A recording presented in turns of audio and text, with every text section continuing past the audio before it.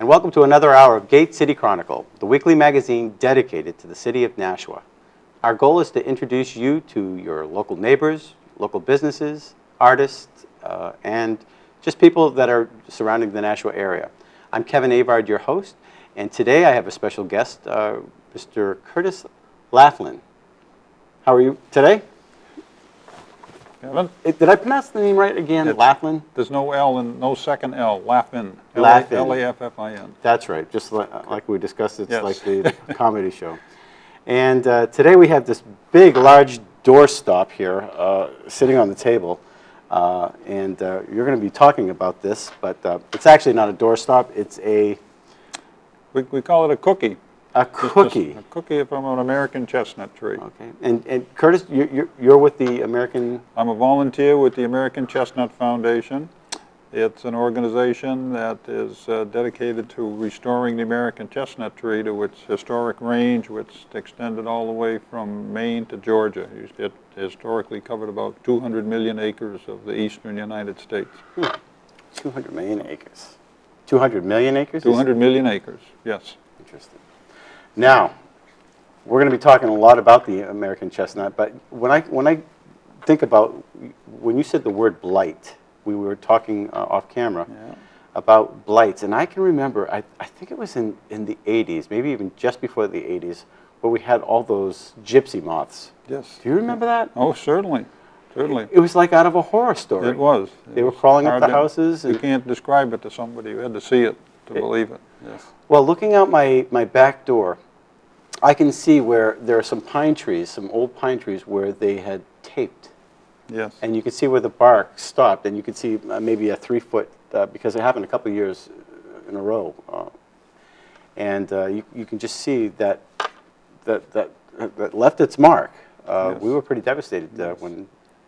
That's a wonderful, almost current example of what an invasive species can do. The gypsy moth is not native to the United States. It was brought over here in the late 1800s to try to get a silk industry going. It never got off the ground, but enough of the gypsy moths escaped, and occasionally they would come back and go through one of these unbelievable population explosions. And there was nothing to stop it because it was an invasive species. There were no native controls, and that's why it was so devastating. And fortunately, there was a virus that attacked the gypsy moths. That's what stopped them. I mean, they defoliated every green thing around. That would have stopped them or slowed them down at least. But then this virus came along and actually wiped them out. That's the same type of thing that happened to the American chestnut tree. And the American chestnut tree is a very fast-growing, large tree. 6 to 8 foot diameter American chestnut trees are not uncommon right here in southern New Hampshire. The largest one on record was in North Carolina. It was 17 feet in diameter. That's as big as a redwood. They were huge trees. They grew tall and straight, and the lumber does not warp. It has had a lot of tannin in the wood, so it doesn't rot. You can still drive the Skyline Drive in Virginia and find split rail fences that are 90 years old, made out of American chestnut. In 1904, at the New York Botanical Garden, the staff started noticing that their chestnut trees were dying. And it took them several years to realize that it was a fungus, an airborne fungus, like a mushroom that produces spores. And these spores would be airborne, and if there's any fissure or crack in the bark, the spore would get inside between the bark and the wood in the so-called cambium layer, and it would grow. It would just encircle the branch or trunk of the tree, wherever it got in, and it would cut off the flows of the saps and literally strangle the tree. Interesting. It spread so fast that by 1950, it had extended all the way from Maine to Georgia. It's estimated it killed 4 billion trees across the whole 200 million acre range. The tree was so important. You can find buildings right around here that have old chestnut beams in them. You can find pieces of furniture, various items. I found a report from 1912. The U.S. Forest Service listed how a lot of the railroads in New Hampshire, the ties and the bridges were built with chestnut. There's American chestnut in the New Hampshire State House, and some of the wainscoting and the finish work. Unfortunately, it's been painted, so you really don't know it's American chestnut, but it was quite common in use for many things. And interestingly, the nuts are edible. They're an amazing source for wildlife food and for people. Like you mentioned earlier, right. Chestnuts roasting on an open fire. Right. Those were the American chestnut. And people who lived in the range of the chestnut tree would go out and harvest the nuts by the wagon load and bring them into cities like Philadelphia, Boston, Baltimore, and they would sell them in the fall and roast them on the street corner. So this blight just spread so fast, and the tree was so important that everything imaginable was tried to stop the blight. Mm-hmm. Many of the states had their own programs. The U.S. Forest Service had programs. They tried fungicides. They tried clearing the forests. They just everything they could do, but nothing stopped it because it was airborne. It was here to stay. The blight will survive on oak trees, for example, but it doesn't affect them like it does the chestnut. On the chestnut, let me ask a question though. Where is when it's airborne and it's not indigenous to America? Basically, this fungus, it had to get here somehow, and there has to be enough of it in the air. Well, it used to be very common to import all kinds of organisms from different parts of the world. Mm-hmm. Thomas Jefferson brought European chestnuts to the United States in 1773 when he came back from France. Mm-hmm. It was just a thing that people did. And in that importation time, there was a Chinese species, Castanea mollissima, that was brought over from Asia. And that's the one that brought the blight with it. And the American tree had no resistance to it at all. But the Chinese tree could resist it quite effectively. So around 1960, everybody pretty much gave up. That they said, we can't stop the blight, the chestnut tree is gone.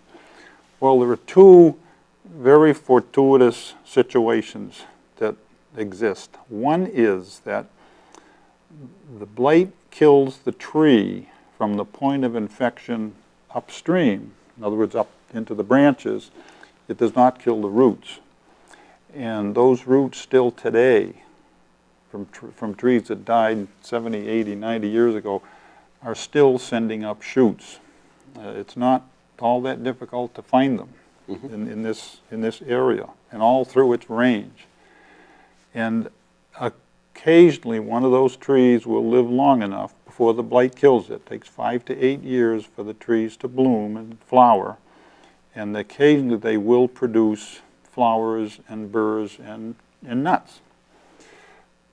That's one fortunate situation. The other fortunate situation has to do with a person, Dr. Charles Burnham, who was at the University of Minnesota. And he retired in 1972, and he was a plant geneticist. And during his career at the University of Minnesota, he developed a process called genetic backcrossing that he used to produce a lot of agricultural crops that could resist diseases. And after he retired, he stayed very active. And then around 1980, he and a cohort of his, Philip Rutter, somehow got interested in the American chestnut tree. And they were just aghast that everybody had stopped trying to save the chestnut tree around 1960. And he looked into the records, and there had been some crossing done, some genetic crossing with the Chinese tree, but they didn't take it this next step into what Dr. Burnham called backcrossing. So he got together with some more of his colleagues, and they formed an organization called the American Chestnut Foundation. And the way genetic backcrossing worked with the chestnut tree was they would take an American tree that had lived long enough to flower, take the pollen from that tree and pollinate they would take the pollen from a Chinese tree and pollinate the flower of the American tree. Okay. And then from that you'd get an offspring which was half Chinese and half American. Then they would take the pollen from that tree and pollinate another American. And they kept doing this for to build up the resistance? Yes. Okay. They did this for 3 or 4 generations, and then they started intercrossing those offspring with each other. Now, at each step of the way, they would let those trees grow till they were maybe 3 to 4 inches in diameter, and then intentionally inoculate them with the chestnut blight fungus. Interesting. Most of them would die, but they were after the ones that showed the most resistance. So those are the ones that would go on to the next generation. What a process. What a process. Yeah, so it took a long time. Most of this work, in fact, almost all of this work was done at a research station the Chestnut Foundation has at Meadowview, Virginia. Mm-hmm. And today, literally at these current growing seasons, we now have a tree. It's in genetic terms, it's called the BC3F3, the back cross 3rd generation with the 3rd generation of the other strains. So what we're looking for now are what we call the mother trees. Trees that live long enough to flower, that we can go out to and hand pollinate them with this blight-resistant pollen. This is being done in all the states in the historic range. There are now 17 different chapters. We have the youngest chapter. We're only been in business for 4 years. We coordinated with Vermont, or Vermont coordinated with us actually. They took the initiative. So now we have a Vermont, New Hampshire chapter, mm-hmm. and we're out looking for trees that live long enough to hand pollinate. And this tree right here is, unfortunately, it had to be cut down. We cut it down just this past September. I gave a talk to the Women's Club over in Hudson in March of 2010, and this woman came up to me after a woman named Bonnie McCarthy came up to me after my presentation and said, I think I know where there's one of those trees right here in Hudson. Really? And that's what I said. And but sure enough, I went down and find it. It's down in, this was in the southern part of Hudson. It's owned by the Monahan property. The land is owned by the Monahan Property Company. I contacted Mr. Monahan, and he said, "Oh, gee, we're going to be in there logging next week." Well, I quickly explained the situation, and he said, "We'll get on there and mark it, and we'll make sure we leave it alone." So that was in March. In June, now this tree was 40 years old. 15 inches in diameter. It's a 40-year-old tree. Mm-hmm. It was about 45, 50 feet high. Public Service of New Hampshire quickly got a bucket truck in there for us, so we were able to go up in the bucket truck and hand pollinate enough of the flowers before they cut it. Well, this was in 2010. Oh, okay. We wanted to go back again this year and do the same thing, and in that 1 year, the blight had killed the tree. Oh, that's too bad. So now, Mr. Monahan let us take the tree, and we're now using the lumber to make different items that we can auction off for fundraising. Now, we had a guest on here recently, Mr. John Prestige, and you happen to know John. I do. John lives in Hollis Crossings here in Nashua. And he happened to call your society. That's part of the reasons why we got to meet you, because apparently he discovered the chestnuts here in Nashua, or yes, there were 5, maybe 6 of them growing at Hollis Crossing, and some of those are flowering.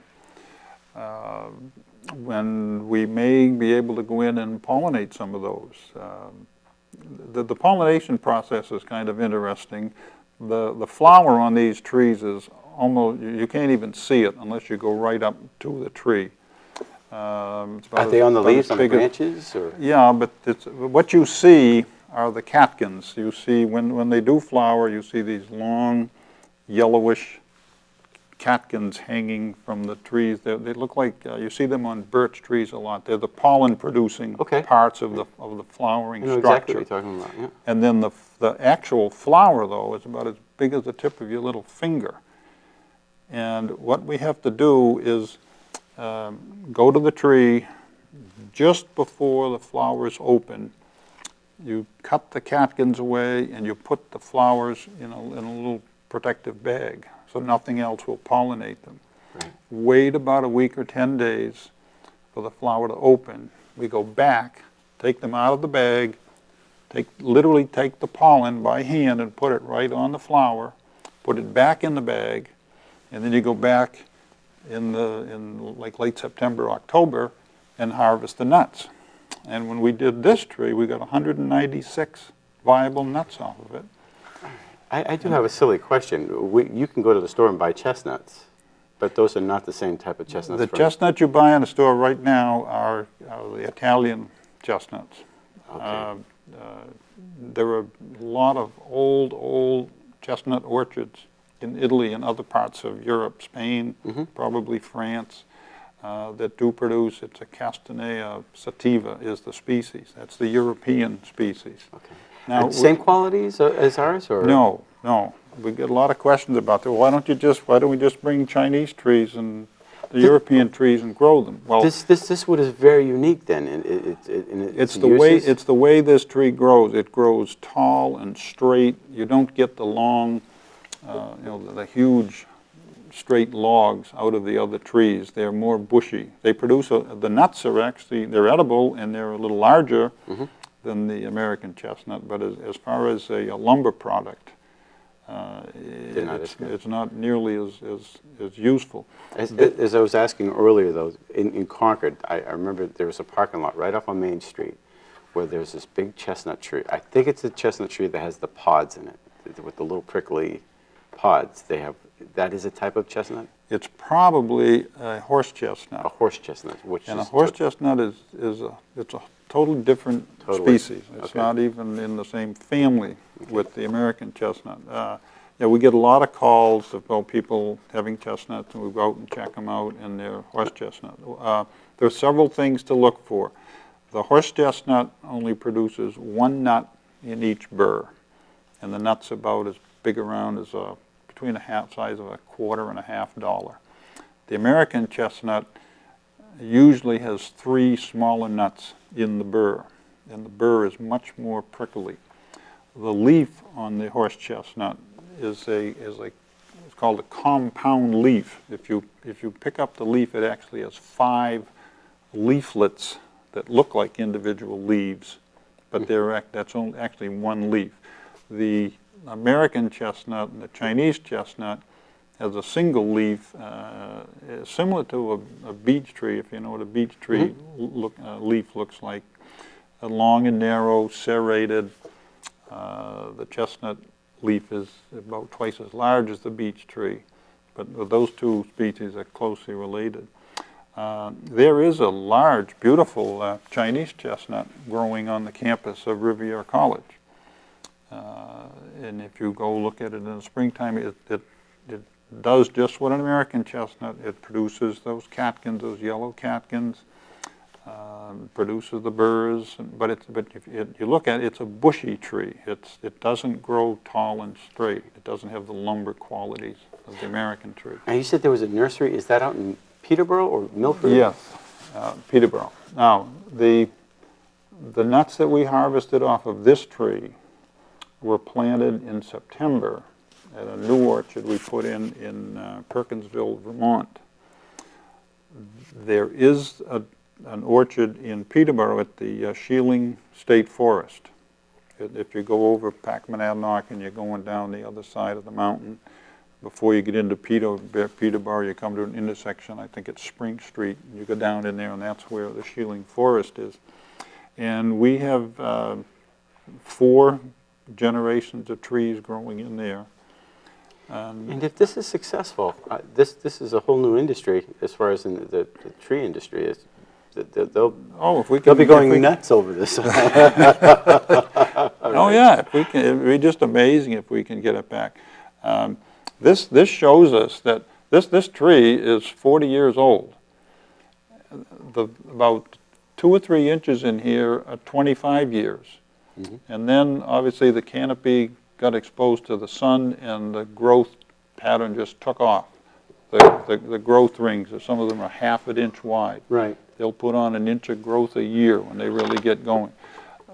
Some of the 4-year-old trees we have out at in Peterborough are 8 feet tall. They're getting the light. Oh yeah, they're right out in the open. So that's going to be the key. Now the area that they're getting infected, it's in this part right here. There isn't a way to just spray the tree and seal it and happy. Well, they got to breathe, I guess. Well, but you're talking about a forest, right? And how are you going to get out and? Well, I'm thinking more on the farming end of it. Yeah. But that's interesting. Yeah. Very interesting. And so, with this type of wood, just like anything else, whether it's guitars or if you're going to use something that a wood for maybe a level that doesn't bend, this is definitely the type of wood that you would want to use. And because it grows so fast, it's fairly porous, and it's quite light compared to other species of wood. And the foundation that you're with do they collect donations? Yes. Well, we have a membership, and naturally you become a member. It's $40 a year to be a member. It's a very, very much volunteer-driven organization. Mm-hmm. Everything that's done in the chapters is done by volunteers. We have one paid employee for all of New England, a woman named Kendra Gurney. She's stationed in Burlington, Vermont. The U.S. Forest Service has a research station up there, and she covers all of New England. So she is a busy lady. I'm sure. But it's very much a volunteer-driven organization. The national headquarters are in Asheville, North Carolina. Fortunately, with the way things are with the economy today, the American Chestnut Foundation is hanging on pretty well. Because once people get aware of this program and I get excited about it, they like to get involved and contribute. Speaking of that, if they want to get involved, there's got to be a way to contact them. How do they do that? acf.org is our webpage. And if you go to the webpage, you'll see a category for different state chapters, so you can find out what's going on in Maine or the Connecticut or the Mass Rhode Island chapters or in our chapter. That's the best way to so somebody become a member in their backyard and they happen where they're hunting and they say, hey, yeah, that looks like a chestnut tree. Yeah. They can give you a call and have you investigate. Yeah. That happens all the time. Yeah. What I do, well, I like to do all kinds of stuff with the Chestnut Foundation, but primarily it's outreach. I have a PowerPoint presentation that I will give to anyone who's interested.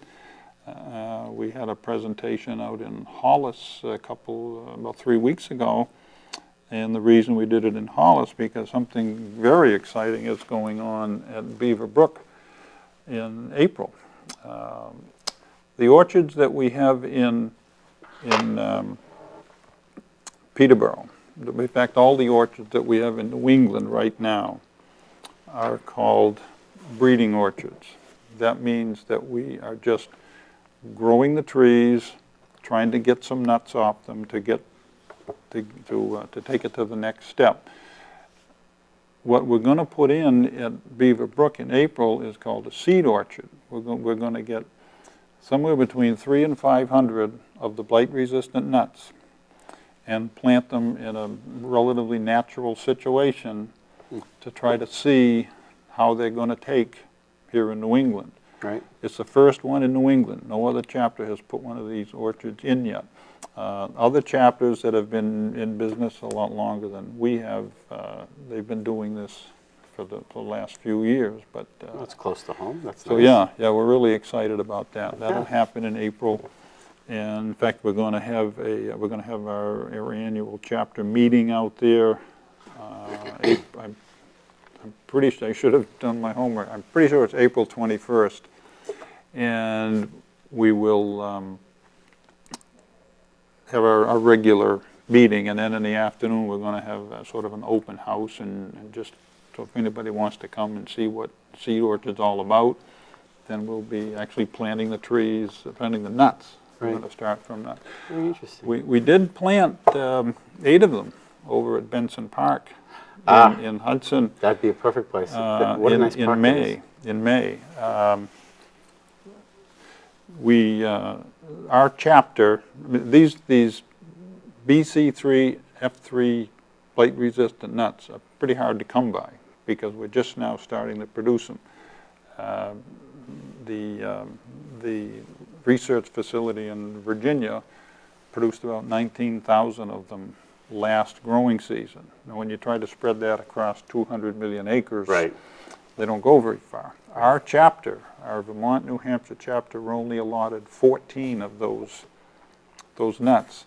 So I made a bid, and 8 of them came to Benson Park. Oh, that's nice. So we got some. That's a very nice park. When I was Yes. a kid, I used to hop the fence and go into Benson. Oh yeah, I was one of those everybody kids. knows Benson. Yeah.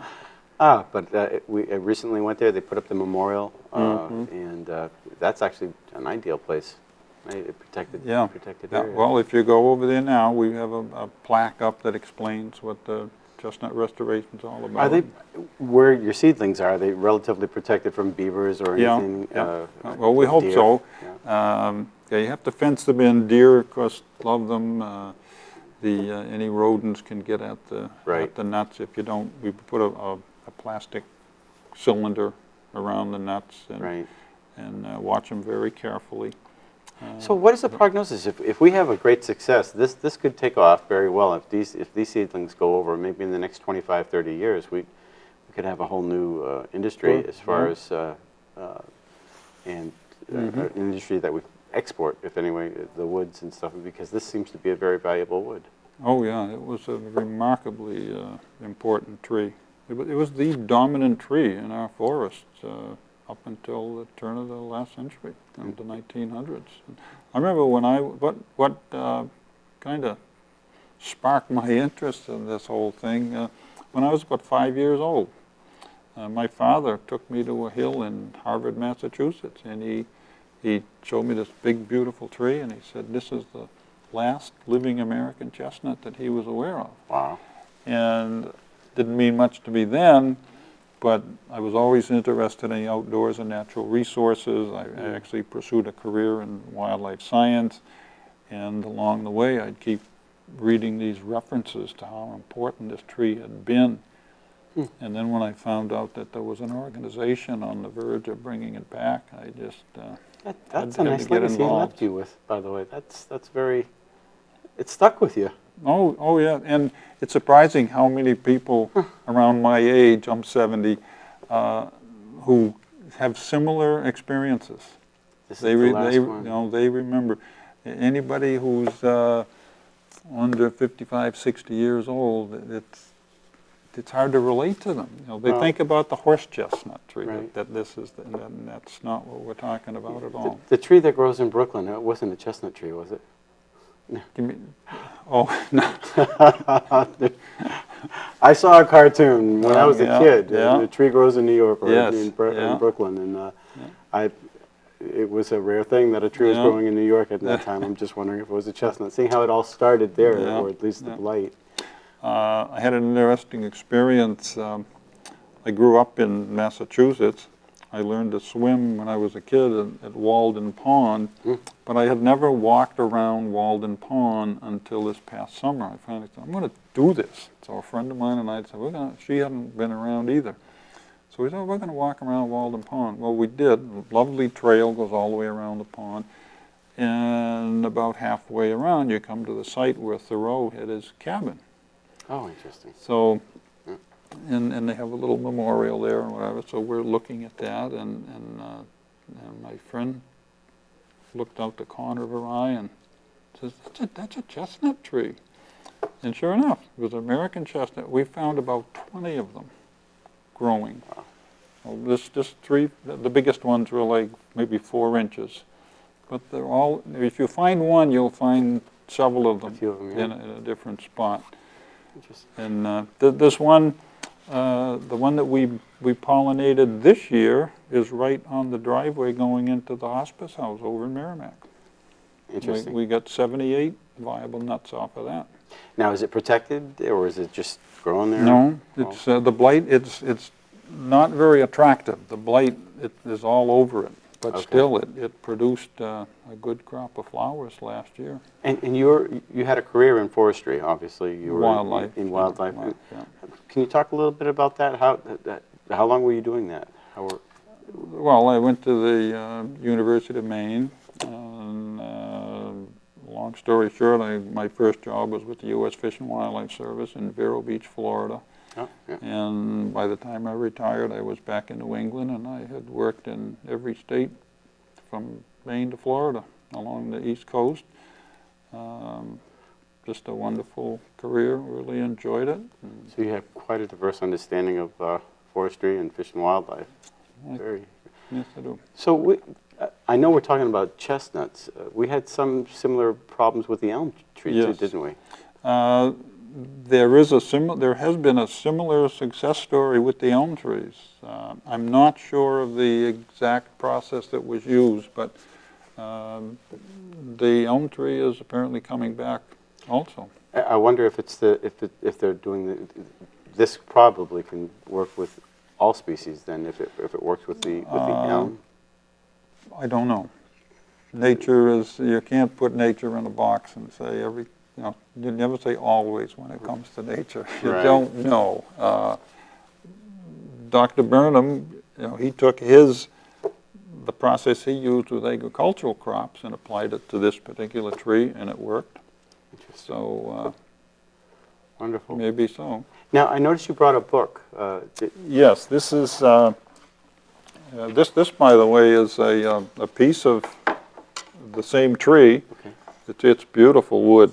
See, I wouldn't be able to distinguish that between that or maybe maple. I would think would be closer. It's very difficult to distinguish it between oak and chestnut. You can put 2 pieces of wood together, one oak, one chestnut, and they look almost identical. Right.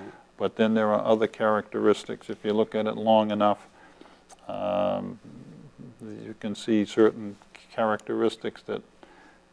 Anyway, this is where I've gotten to. If I can convince myself it's not oak, it's probably chestnut. Okay. But well, you don't, because the growth rings are so wide, you wouldn't get these growth patterns as wide as this in oak. Okay. Normally. Occasionally, though, you'll find an oak that gets ideal growing conditions and will take off. But for the most part, the growth rings are more like these in the center here. And yes, this is an anthology of a collection of papers that the Chestnut Foundation put together for its 25th anniversary. It's a very, very good account of the historic uses of the tree and the story of the blight. And it can be acquired again through the Chestnut Foundation at acf.org. It's a very good accounting of the story. And you did bring some pictures for some of our viewers to look at, and we'll take a look at a few of those. Yeah. And I'm available. I have a PowerPoint presentation. I'll give it to anyone who will listen. You can contact me. My email address, we can probably put this up on the screen. It's CALAFFIN@comcast.net. Okay.